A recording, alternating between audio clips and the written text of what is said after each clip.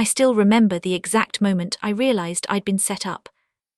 It was Thanksgiving 2022.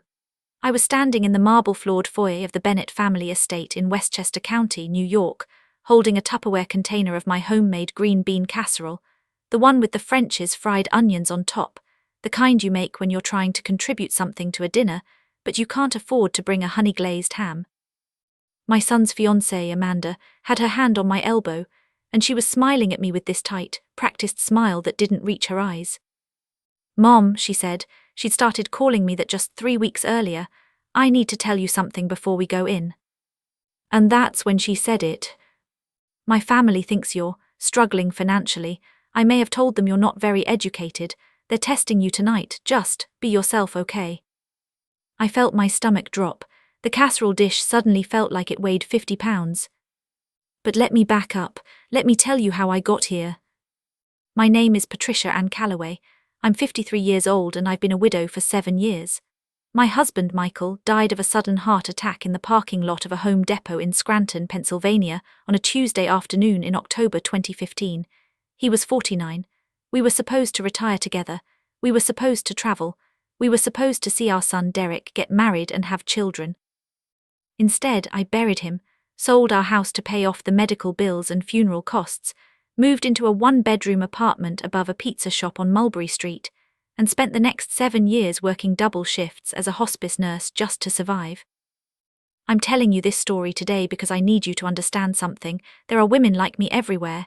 We smile, we show up, we do the work nobody else wants to do, we sacrifice in silence, and sometimes the people we love the most are the ones who hurt us the deepest. This is the story of how I almost lost everything, and how I took it all back. It started in the spring of 2022. Derek had been dating Amanda for about 2 years.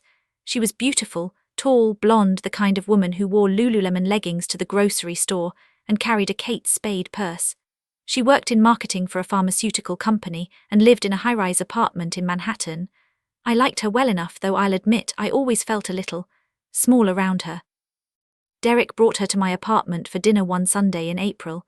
I made pot roast, mashed potatoes, and chocolate cake from scratch, the same meal I used to make for him when he was growing up. Amanda smiled politely, picked at her food, and kept checking her phone. "This is lovely, Patricia," she said, though she pronounced my name like it had too many syllables. "Derek has told me so much about you." I noticed she didn't call me Mom yet. That would come later. After dinner, Derek pulled me aside while Amanda was in the bathroom. "Mom," he said, his voice low, "I'm going to propose to her. I wanted you to be the first to know." My heart swelled. My baby boy, my only child, the one I'd raised alone after Michael died, the one I'd worked 70-hour weeks to put through community college, then Penn State, the one I'd given everything for. "Oh, sweetheart," I said, pulling him into a hug, "I'm so happy for you." But even as I said it, something felt off. Maybe it was the way Amanda had looked at my apartment, like she was mentally cataloguing everything that was outdated or worn.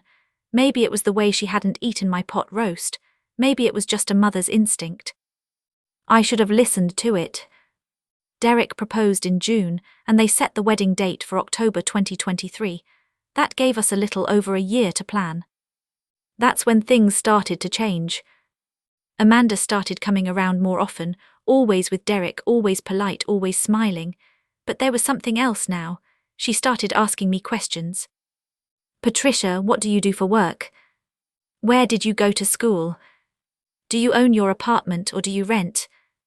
At first I thought she was just making conversation, but the questions kept coming and they always had this edge to them, like she was collecting information.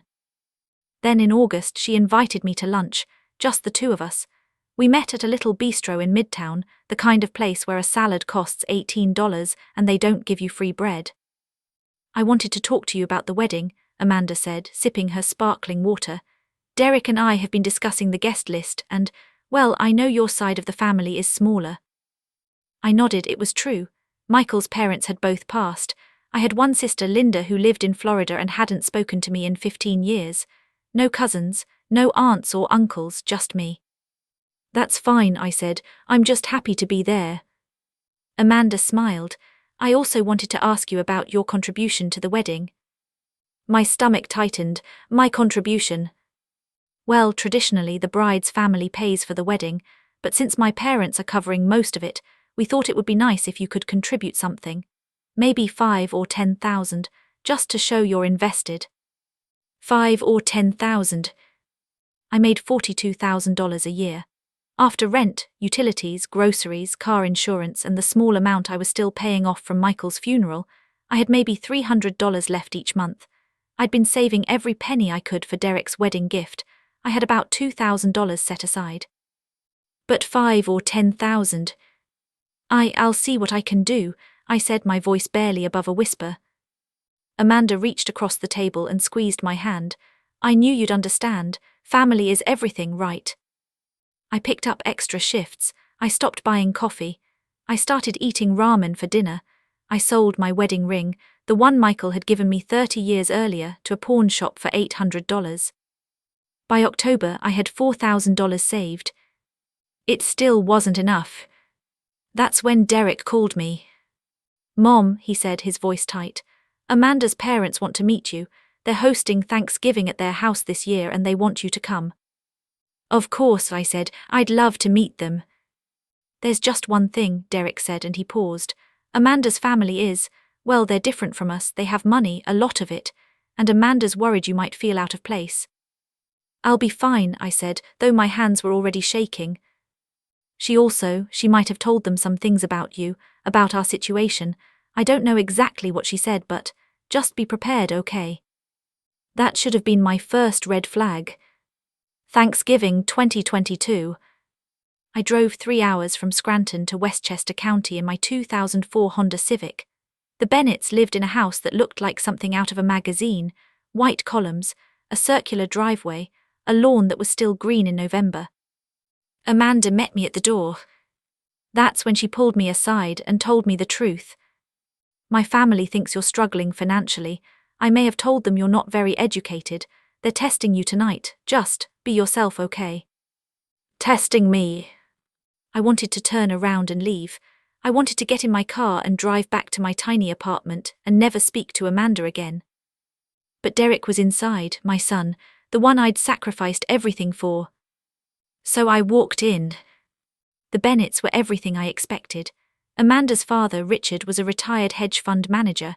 Her mother, Constance, wore pearls and spoke in a clipped boarding school accent. Her younger brother, Tyler, was a lawyer. They looked at me like I was a stray dog that had wandered into their home. Dinner was served in a dining room with a chandelier and cloth napkins. I sat between Amanda and Derek, clutching my fork like a lifeline. Constance asked me questions, so many questions. So, Patricia, Amanda tells us you're a nurse. Yes, ma'am, hospice care. How noble that must be, difficult work. It is, but it's rewarding. And Derek tells us you live in Scranton. How quaint. Do you rent or own? I rent. And you raised Derek on your own after your husband passed? Yes, ma'am. She exchanged a look with Richard, a look I couldn't quite read. Well, Constance said, smiling tightly, you must be very proud of him. He's done so well for himself. The implication was clear, despite you. I felt something crack inside me. After dinner, Amanda pulled me into the kitchen. You did great, she said, though her smile still didn't reach her eyes. My parents think you're sweet. Sweet, like I was a child. Amanda, I said, my voice shaking, why did you tell them I wasn't educated? I have a nursing degree. I worked my way through school while raising Derek. I'm not. I know, she said, cutting me off, but my family has certain expectations. They needed to see that Derek wasn't marrying into a family that would be a burden. A burden. I stared at her, this woman my son loved. I need to use the restroom, I said, and I walked out before I started crying. That's when I found it. I was looking for the bathroom. This house had 6 of them and I opened the wrong door. It was Richard's study, a mahogany desk, floor-to-ceiling bookshelves, and on the desk a folder labelled DEREKCALLOWAY. I shouldn't have looked. But I did. Inside was a private investigator's report, photos of me, of my apartment, of my car, a full financial background check, copies of my tax returns from the past 5 years. And a handwritten note from Constance. If she can't contribute at least $10K to the wedding, we need to reconsider this union. Amanda deserves better. I felt like I'd been punched in the stomach. They'd been testing me, not just at dinner, for months. And I'd failed. I didn't confront them that night. I didn't say a word to Derek. I drove home in silence, my hands gripping the steering wheel so hard my knuckles turned white. And then I started planning. Over the next few months, I did something I'd never done before. I started documenting everything. Every conversation with Amanda, every request for money, every condescending comment from Constance. I also did some digging of my own. Turns out Richard Bennett wasn't as clean as he appeared. His hedge fund had been investigated by the SEC in 2019 for insider trading. Nothing stuck, but the paperwork was public record. Constance, she'd been sued twice by former household staff for unpaid wages. And Amanda, she'd been fired from her previous job for falsifying expense reports. I collected it all, quietly, carefully. And then, in March 2023, I got a call from my sister Linda. I hadn't spoken to Linda in 15 years, not since our mother's funeral when she'd accused me of stealing the inheritance, a college fund our mother had set up for both of us. The truth, Linda had drained the account herself to pay for her second wedding, but our mother had always favoured her, and when Linda lied and said I'd taken the money, our mother believed her. I lost my inheritance, I lost my mother, I lost my sister. And now, 15 years later, Linda was calling me. "Patricia," she said, her voice syrupy sweet, "I heard Derek's getting married, I'd love to come to the wedding." I almost hung up. But then she said something that changed everything. "I also wanted to apologize. About the college fund, I know I took it. I've been carrying that guilt for years." I sat down. "You're apologizing," I said. "Yes, I'm in therapy now, I'm trying to make amends, I even have proof. Bank statements from when I withdrew the money. I saved them, I don't know why. Maybe I always knew I'd need to come clean someday." "Proof?" I asked her to send it to me. She did. The wedding was in October 2023. By then I'd become someone I barely recognized, someone calculated, someone patient. The week before the wedding, I invited Amanda and Constance to lunch, just us girls. We met at the same bistro where Amanda had asked me for $10,000. I handed Constance an envelope. "What's this?" she asked. "My contribution to the wedding," I said. She opened it. Inside was a check for $10,000. Her eyes widened. "Patricia, I didn't realize you had." "I sold some things," I said, smiling. "Family is everything, right?" The truth, I'd taken out a loan. I'd pay it off over the next 3 years, but it was worth it to see the shock on their faces. The wedding was beautiful. And during the reception, I stood up to give a toast. "I want to thank the Bennett family," I said, my voice steady, "for welcoming me into their lives, for testing me, for investigating me, for making sure I was good enough for their daughter." The room went silent. I pulled out a folder. "I also want to thank my sister Linda for finally admitting she stole my college fund 15 years ago, the same fund my mother left for me, the same fund that would have changed my life." I handed the folder to Derek.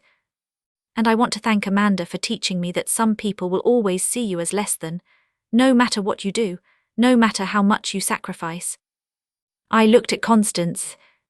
"I paid for this wedding with a loan I'll be paying off for years, because I love my son, but I will never forget how you made me feel." Then I walked out. Derek called me 3 days later. "Mom," he said, his voice breaking, "I'm so sorry, I didn't know about any of it." "I know," I said. "I ended the engagement." I closed my eyes. "Derek." "No, you were right about all of it. I can't marry someone who would treat you like that. 2 years have passed since that wedding that never happened. Derek is dating someone new now, someone kind, someone who calls me Patricia and means it with respect. I paid off the loan last month. And Linda, we are talking again, slowly, carefully. The Bennetts never apologized, but I didn't need them to. Because I learned something that Thanksgiving in 2022. I learned that I am not a burden, I am not less than, I am not someone to be tested. I am a woman who survived, who sacrificed, who loved fiercely. And that is enough. Outro. If you're watching this and you've ever been made to feel small, by family, by in-laws, by people who should have loved you, I want you to hear this. You are not what they say you are. You are not defined by your bank account, your zip code, or how much you can contribute to someone else's dream. You are defined by your strength, your resilience, your ability to stand up and say, I deserve better. It took me 53 years to learn that, but I hope you learn it sooner. Set your boundaries, protect your peace, and never ever let anyone make you feel like you have to prove your worth. You already have it. Thank you for listening to my story.